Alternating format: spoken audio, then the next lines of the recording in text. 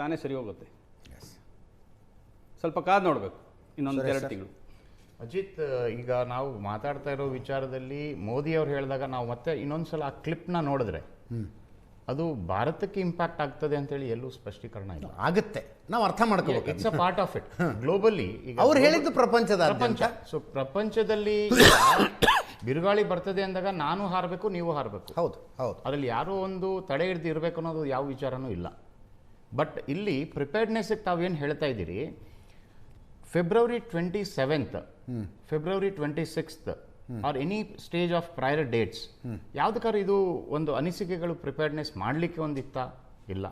Okay, but Venezuela ಈ ಒಂದು issue ಶುರು ಆದಾಗಿಂದನೂ ಚರ್ಚೆ ಮಾಡ್ತಾ ಇದ್ದೀವಿ. ವಿಪಕ್ಷಗಳವರು, ವಿರೋಧ ಪಕ್ಷದವರು ಹೇಳ್ತಾ ಇರೋದು ಮೋದಿ ಇದನ್ನ ಆಂಟಿಸಿಪೇಟ್ ಮಾಡಬೇಕಾಗಿತ್ತು ಸರ್. ಈಗ ಇದೊಂದು ಯುದ್ಧ ಆಗುತ್ತೆ ಅಂತ ಗೊತ್ತಾಗಬೇಕಾಗಿತ್ತು. ನೆತನ್ಯಾಹು ಅಷ್ಟು ಕ್ಲೋಸ್, ಡೊನಾಲ್ಡ್ ಟ್ರಂಪ್ ಅಷ್ಟು ಕ್ಲೋಸ್. ನಾನು ವೆಪನ್ ತಂದಿದ್ದೀನಿ, ನಿಮಗೆ ಶೂಟ್ ಮಾಡ್ತೀನಿ ಅಂತ ನೀವು ಯಾವ ಪ್ರಿಪೇರ್ಡ್ನೆಸ್ ಅಲ್ಲಿ ಇರ್ತೀರಿ? So question here is prior to Feb 28th if there is any anticipatory information also ನಾವು ಪ್ರಿಪೇರ್ಡ್ನೆಸ್ ಆಗಕ್ಕೆ ಒಂದು ಮಾತು. ಟ್ರಂಪ್, ನಾನು ಪ್ರೀವಿಯಸ್ ಡಿಸ್ಕಷನ್ಸ್ ಅಲ್ಲಿ ಹೇಳಿರೋ ಏನಾದ್ರು ಅವ್ರ ಅನಿಸಿಕೆಗಳು ಟ್ರಂಪೇನೆ, ಫರ್ಗೆಟ್ ಅಬೌಟ್ ಅದರ್ಸ್ ಪ್ರಿಪರೇಷನ್. ಟ್ರಂಪೇ ಪ್ರಿಪ್ರೇಷನ್ ಇದ್ದಿದ್ದೇ ಬೇರೆ ಥರ. ಟ್ರಂಪ್ ಪ್ರಿಪ್ರೇಷನ್ ಇದ್ದಿದ್ದು ವೆನೆಜುವಲಲ್ಲಿ ರಾತ್ರಿ ಹೋಗಿ ತಗೊಂಬಂದು ಬೆಳಗ್ಗೆ ಮಾಡ್ದಂಗೆ ಆಗೋಗುತ್ತೆ ಅಂತೇಳಿ. ಇಲ್ಲೂ same come back to the original discussion. Saturday ನಾನು ಮಾಡಿ, ಇದು ಸ್ಯಾಟರ್ಡೇ ಎಂಡ್ ಅಷ್ಟದು ಮುಗಿದೋಯ್ತು, ಸಂಡೇ ನಾನು ಕೈ ತೊಳ್ಕೊಂಬಂದು ಮಂಡೆಯಿಂದ ನಾನು ರೆಗ್ಯುಲರ್ ಆಗಿ ವರ್ಕ್ ಮೇಲೆ ಕೂತ್ಕೊಂಡ್ಬಿಡ್ತೀನಿ ಅನ್ನೋ ಒಂದು ಪ್ರಿಪ್ರೇಷನ್ ಅವ್ರ ಮೈಂಡಲ್ಲಿ ಇದ್ದಿದ್ದು, which he himself has agreed. Further ಅವರೇ ಹೇಳಿದ್ದಾರೆ, ಇರಾನ್ ಇಷ್ಟು ಲೆವೆಲ್ ಆಫ್ ಪ್ರಿಪರೇಷನ್ಗೆ what could be back end stage for Iran ಅದು ಬೇಡ ನಮ್ಮ ವಿಚಾರ ಅಲ್ವಾ, that is a different stage. But Iran ಇಷ್ಟು ಲೆವೆಲ್ಗೆ ರಿಟಾಲಿಯೇಟ್ ಮಾಡುತ್ತೆ ಅನ್ನೋದು ಅವರು ಪ್ರಿಪೇರ್ಡ್ನೆಸ್ ಆಗಿ ಇರಲಿಲ್ಲ. ಸೊ ಕ್ವಶನ್ ಅಬೌಟ್ ನಾವು ಸೆಕೆಂಡ್ರಿ ಲೈನ್ ಆಫ್ ಡಿಪೆಂಡೆನ್ಸಿ ಮೇಲೆ ಇದ್ದೀವಿ. ಅವರು ಪ್ರೈಮರಿಯಲ್ಲಿ ಇಂಪ್ಯಾಕ್ಟ್ ಆಗಿರೋದು, ನಾವು ಸೆಕೆಂಡ್ರಿ ಲೈನಲ್ಲಿ ಇಂಪ್ಯಾಕ್ಟ್ ಆಗ್ತಾ ಇದ್ದೀವಿ. ಯಾಕೆ ಅಂತಂದರೆ ವೆಸ್ಟ್ ಏಷ್ಯಾ ಏನು ನಮ್ಮ ಸ್ಟ್ರೇಟ್ ಆಫ್ ಹಾರ್ಮೋಸ್ ಇದೆ, ಸ್ಟ್ರೇಟ್ ಆಫ್ ಹಾರ್ಮೋಸ್ ಇಂದ ಮ್ಯಾಕ್ಸಿಮಮ್ ಫ್ಯೂಲ್ ಸಪ್ಲೈ ಬರ್ತಿರೋದೇ ಆ ಒಂದು ಪೋರ್ಷನ್ ಇಂದ. When that is impacted, obviously globally impact ಆಗಬೇಕಾಗಿರೋ ವಿಚಾರನೇ. ನಮ್ಮ ಕೌಶಿಕ್ ಅವ್ರು ಹೇಳಿದಾಗೇನೆ, it is not only India which is getting affected, it is a global concern.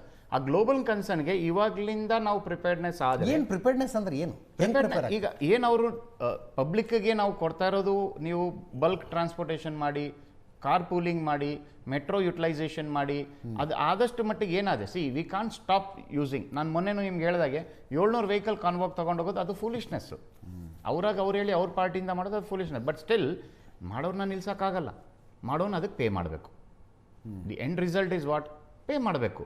So ತಾವು ಹೇಳಿದಾಗೇನೆ ನಮ್ಮ BJP ಸ್ನೇಹಿತರು ಹೇಳಿದಾಗ 4 ವರ್ಷದಿಂದ ನಾವು ರೇಟ್ ಜಾಸ್ತಿ ಮಾಡಿದಾಗ crude was somewhere around 55, 60, 70, maximum 70. ಈಗ 120ವರೆಗೆ ಹೋಗಿದೆ ಅಂದಾಗ ಲೆಟ್ಸ್ ಎ ಡಬಲ್ ಅಂತಾನೆ ಅನ್ಕೊಳ್ಳೋಣ. ಡಬಲ್ ಅಂತ ಹೋಗಿದೆ ಅಂದರೆ you have to bear the cost of it, no? And who will bear the cost? End of the day ₹3 petrol, ₹3 ಡೀಸೆಲ್ಗೆ ಜಾಸ್ತಿ ಮಾಡಿದ ನಂತರವೂ ಪ್ರತಿದಿನ 750 ಕೋಟಿ ರೂಪಾಯಿ ಲಾಸ್ ಆಗ್ತದೆ. ಹೌದು, ಇದಕ್ಕೆ ಅಲ್ಟಿಮೇಟ್ ಕನ್ಸ್ಯೂಮರೇ ಬೇರ್ ಮಾಡಬೇಕು, whoever the consumer may be. ಈಗ ಮೊನ್ನೆ ನಾನು ನಮ್ಮ ಒಬ್ಬರು ಕ್ಲೈಂಟ್, ಜ್ಯುವೆಲ್ರಿ ಕ್ಲೈಂಟ್ ಅವರ ಜೊತೆ ನಾನು ಮಾತಾಡ್ತಾ ಇದ್ದೆ. ಸರ್, ಅಂದರೆ ಮ್ಯಾನುಫ್ಯಾಕ್ಚರರ್ ಅವರು, ಬುಲಿಯನ್ ಮ್ಯಾನುಫ್ಯಾಕ್ಚರರ್, ಆಯಿತಾ? ಸೊ ರಿಫೈನ್ರಿ ಅವರು, ಏನು ನಿಮ್ಮ ಬಿಸ್ನೆಸ್ ಮೇಲೆ ಇಂಪ್ಯಾಕ್ಟ್ ಇದೆ, ಈಗ ಹೇಳಿದ್ದರಿಂದ ಇಲ್ಲಿವರೆಗೆ ಏನಾದ್ರು ಇಂಪ್ಯಾಕ್ಟ್ ಇದೆಯಾ? ಅವ್ರು ಹೇಳಿದ್ರು, ಸರ್ ನಮ್ಮಲ್ಲಿ ಏನು ಕನ್ಸಂಪ್ಷನ್ ಆಗಬೇಕಾರಲ್ಲ ಅದು ಎಂಡ್ ಕನ್ಸ್ಯೂಮರ್ಗೆ ಅಷ್ಟೇ ಇಂಪ್ಯಾಕ್ಟ್ ಆಗಬೇಕಾರೋದು. ಎಂಡ್ ಕನ್ಸ್ಯೂಮರ್ ಇದನ್ನು ತಿಳುವಳಿಕೆ ತಗೊಂಡು ಅವನು ಬ್ರೇಕ್ ಹಾಕಿದ್ರೆ ಆಟೋಮೆಟಿಕ್ ಆಗೋದು. ಇದು ಯಾವ ಜ್ಯುವೆಲ್ಲರ್ಸ್ ರೋಡಿಗೆ ಬಂದಿಲ್ಲ, ಯಾವ ಸ್ಟಾಕ್ ಮಾರ್ಕೆಟ್ ಇಂಪ್ಯಾಕ್ಟ್ ಆಗಿದ್ದು ರಿಯಾಕ್ಟ್ರಿ ನೇಚರಲ್ಲಿ. ಮೋದಿ ಅವ್ರು ಹೇಳಿದ ನೆಕ್ಸ್ಟ್ ಡೇ ಬಂದಿದ್ದು ಸ್ಟಾಕ್ ಮಾರ್ಕೆಟಲ್ಲಿ ಸ್ಟಾಕ್ ಜ್ಯುವೆಲ್ರಿ ಶೇರ್ಸ್ 10% ಕುಸ್ತಿರೋದಕ್ಕೆ ಅದು ರಿಯಾಕ್ಟ್ರಿ ನೇಚರು, ವಿಚ್ ಈಸ್ ಆಬ್ವಿಯಸ್. ಇನ್ನೊಂದು ವಾರ 10 ದಿನ ಆದ್ಮೇಲೆ ನೋಡಿ ಅದು ಆಲ್ಮೋಸ್ಟ್ ಮತ್ತೆ ರೀಫ್ರೇಮ್ ಆಗಿರುತ್ತೆ. So question here is, preparedness is to be happen from the citizen angle, public angle. Sanjeev Kumar sir, ನಾನು ಮಾತಾಡಿಸ್ತೀನಿ ತಮ್ಮನ್ನು ಒಂದು ಸಣ್ಣ.